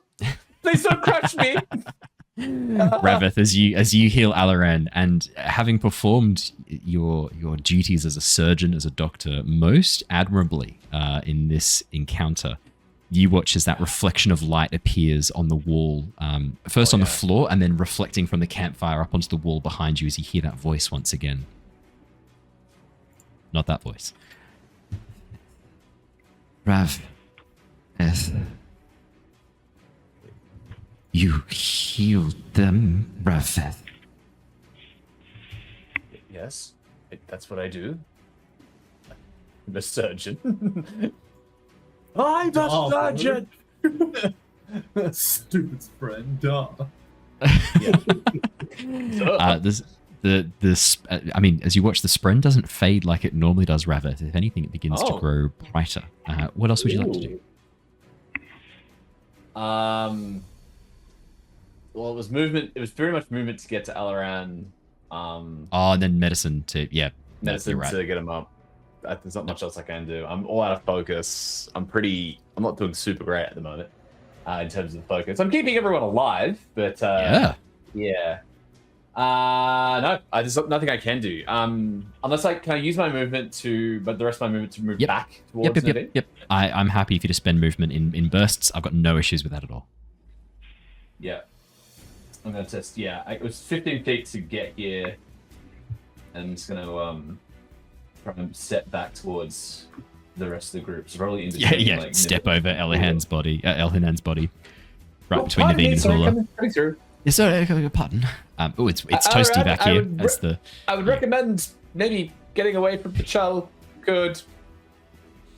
You got crushed once. I don't want to save you again from another crushing wound. Alaran, Neivien, and Hula, and Ztar. It's all three of your... No, sorry.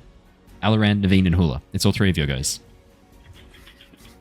Hula's letter is confusing. Yeah, just a little bit. I was like, wait, what does that one mean? It's the German F. Yeah. What weapon do Elhanan have? Sorry.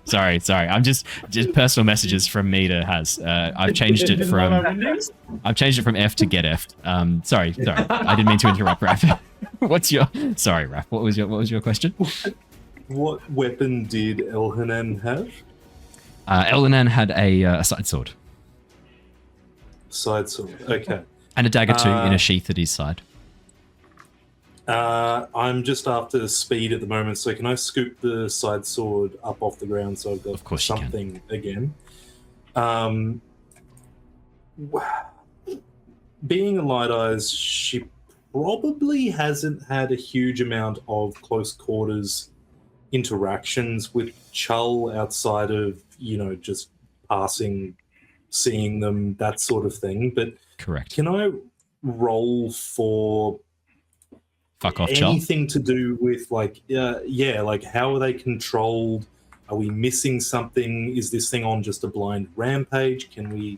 Is there something that Neivien would know that can chill this thing out? Yeah, make me a lore check, please. Or if you're going for what you know, it's a lore check. If you're going for what you can kind of figure out and take in from the scenario and the world around you, I'd say perception or deduction as the other options. I think I'm going to attempt perception because I don't think she'd know much from personal history, but she might be able to pick something up. And the book that does discuss Chull and their mating habits, you did throw at a guardsman a few sessions back, so that does limit Yeah, that checks out too. Oh no! I love your adjustment to that, Has. That's brilliant. Thank you. Is there There's got to be something else I can do here. There's like a big old list of symbols. Oh boy, that's a natural 1 from Neivien for a total of 7. Neivien, here's what you need to do. There's only one way to calm this Chull down, and Alaran was almost on it. Unfortunately, he mucked up the final step. You need to run at the Chull, arms over your head, and scare it off. This is an apex predator. You need to claim your ground, run at it with your arms above your head. It'll back right off. There's no issues here at all. Sick. I sprint at the Chull with my arms above my head, making as much noise as possible. And arms up in the air with the side sword also, and kind of clanging it on the ground every now and then. And run straight up to it, get right in its face, yelling at it. Fantastic. Neivien, this is it. This is exactly what needed to happen. That Chull's going to back up right off. Next opportunity it gets is going to be out of here. Hell yeah. I'm going to try and bonk it on the head for good measure. I'm going to try and bring the side sword down right between its eyes. Its shell. It's How could that go wrong? Right? You need to show it. You need to show it you're dominant. Yeah, you could just cut off one of its eyes. Yeah. Be dominant, Neivien. Let's go for this. Yeah, so unsurprisingly, Neivien doesn't actually have a side sword and is not proficient in it. So correct. Just give me a second while I equip a side sword, I guess. Hang on. Thank you. Yeah, we can do it. You can just do it from your improvised weapon. You can change the form. If you want, I can do it right now for you. Sure, yeah. It's done. You've now got a side sword on your improvised weapon. Fuck, anyone think you've done this before? Cool. It has occurred on occasion. Yeah. It's right next to the long rest button, hence my proficiency in locating. Wow. So that's a 3 total. 3 total. And also 3 total damage too. It's consistent. It's 3 to hit and 3 damage. Not that really matters. Wow. Neivien, a critical strike. This thing is, I mean, if it doesn't run away right now, you don't know what else you could have done here. Cool. I guess that's me. Nailed done. It. Fucking excellent work, Neivien. Spot on. You have just gone from being the scholar of the group to, and I don't say this lightly, this is all in your mind, obviously, with your natural 1. The scholar of the group, I think now you can start calling yourself a knight. A radiant knight of power. Alaran and Hula, you watch as Neivien starts screaming and running towards the Chull. You watch as its pincer rises up. It's not liking that. It's not going to be good. Yeah.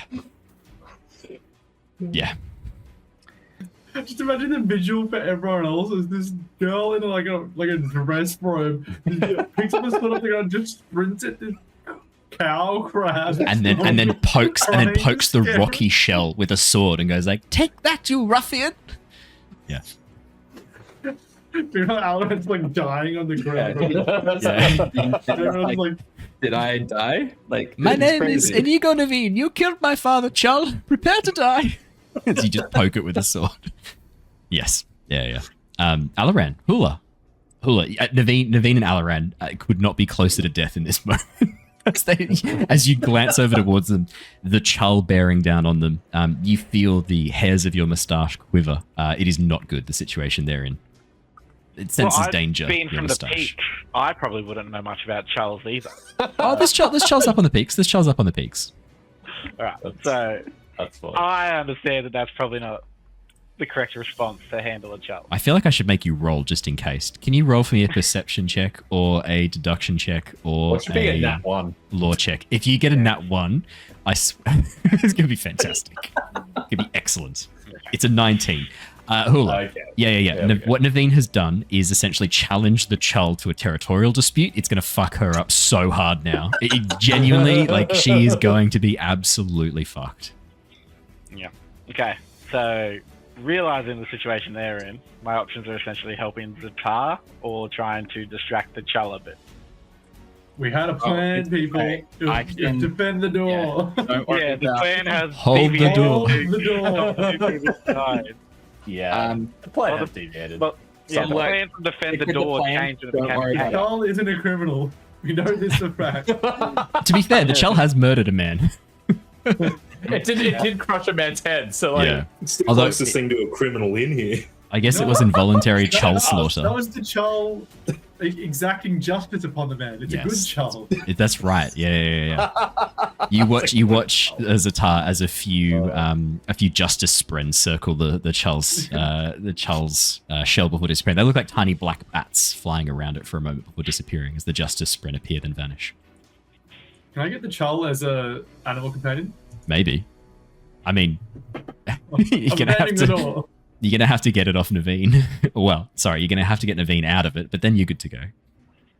Yeah, we somehow need to redirect the Chull to go down this gate.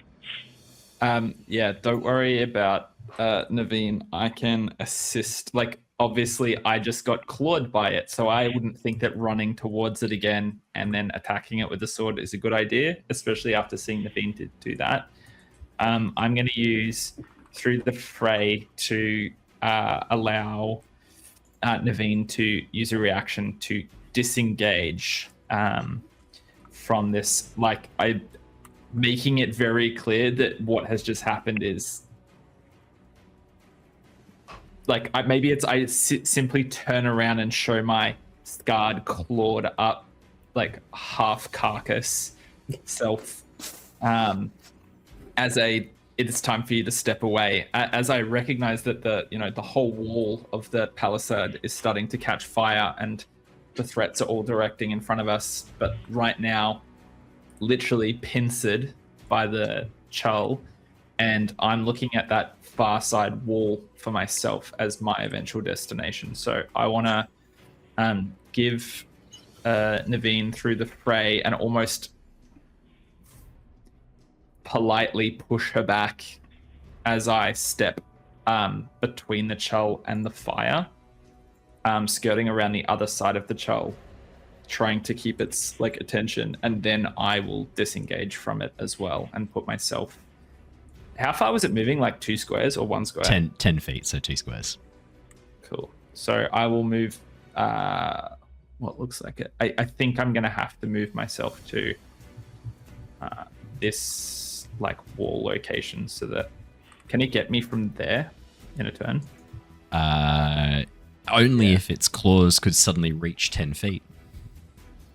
Okay. It can reach Cool. 10 feet. It's got 10 feet reach on its claws. So yes, it can still get you. Given you told me I had understanding of Chulls You're and okay now. You're fine now. Yeah. So disengaged and Through the Fray for Neivien to do the same as a reaction, so that she is safe. So, Neivien, you can use disengage or gain advantage action as a reaction with Through the Fray. It's not just one, or you can pick which one you'd like to take. Oh. I think the tricky thing here is that Nat 1. Yeah. But also, Nevien's an intelligent person, but she hasn't seen any reaction from the Chull yet. Oh, its pix has come up, but that's First. in the traditional surrender status as they rise up and begin clacking aggressively. That's how you know it's getting ready to surrender and back off.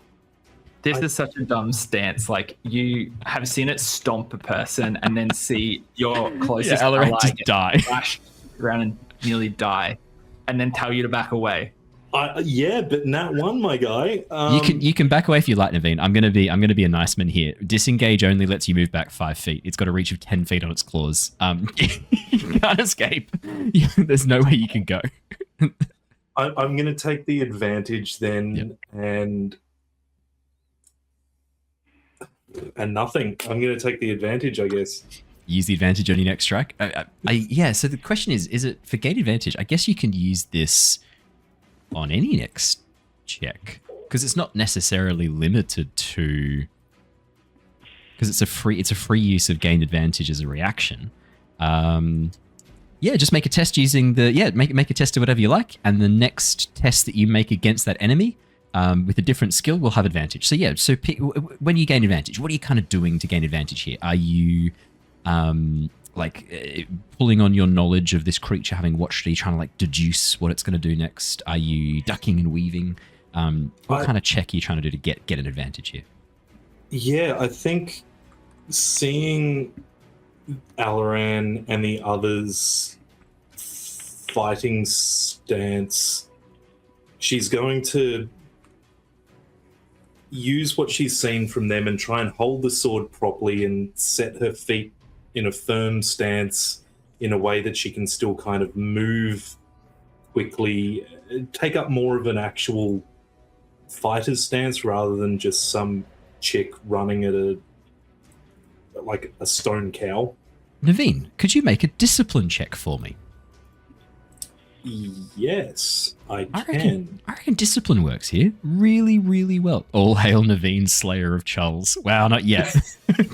And even then, if she does kill this, it'll still be Naveen, Slayer of Chull. Let's not get too carried away. Honestly, managing even that will be impressive. Naveen, Tickler of Chull. Annoyer of Chull? Victim of Chull. Philosopher? Philosopher of Chull? Oh, Naveen, unnatural 20. Yes, your next test against this creature has an advantage. Whenever we get to your next test, it will have advantage. I'll make a note of that and I'll write it here just so we don't forget. Naveen slayed by Chull. Naveen, advantage, next check. Advance, next check. Chull. All right, Hula boy. Hula, my lad. That is Naveen's goes. Alaran's go. Hula, you've still got to go.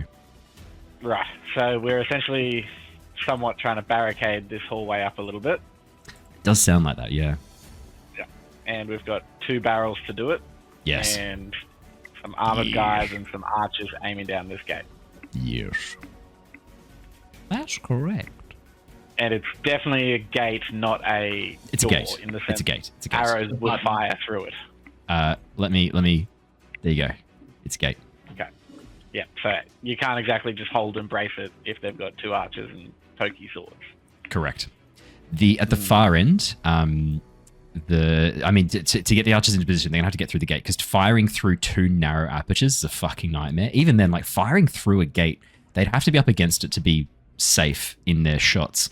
Firing even from like 10 feet back through apertures of a gate is tricky. It's a hard shot. So I mean, it's still reasonably effective. But yeah, if you want to be safe, you're gonna have to do something to block the holes.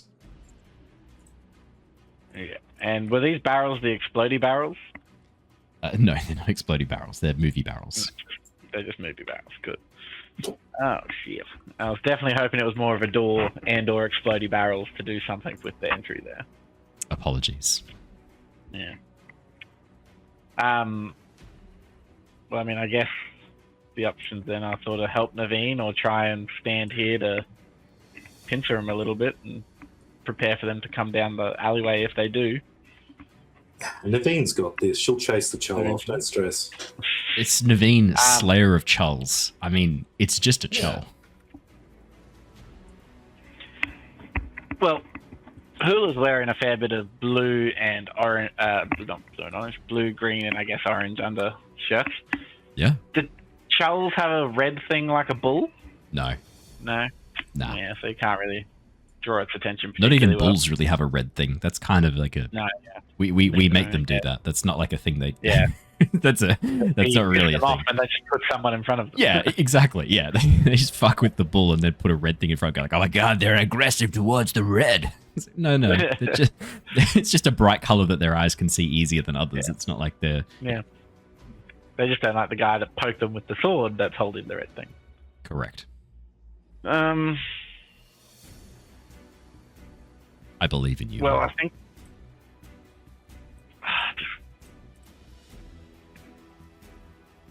I don't know if I can take the Chull. You can take a Chull. I don't know if I could. Just eat it. You're a horn eater. Come on, man. Yeah. Just fucking unhinge your jaw and dig into the crab rangoon. Let's go. Every time I hear crab rangoon, I want to be like, do try the crab rangoon. Fucking Far Cry 4. Roy Baker's in my head. Yeah. What was his name? Pagan Min.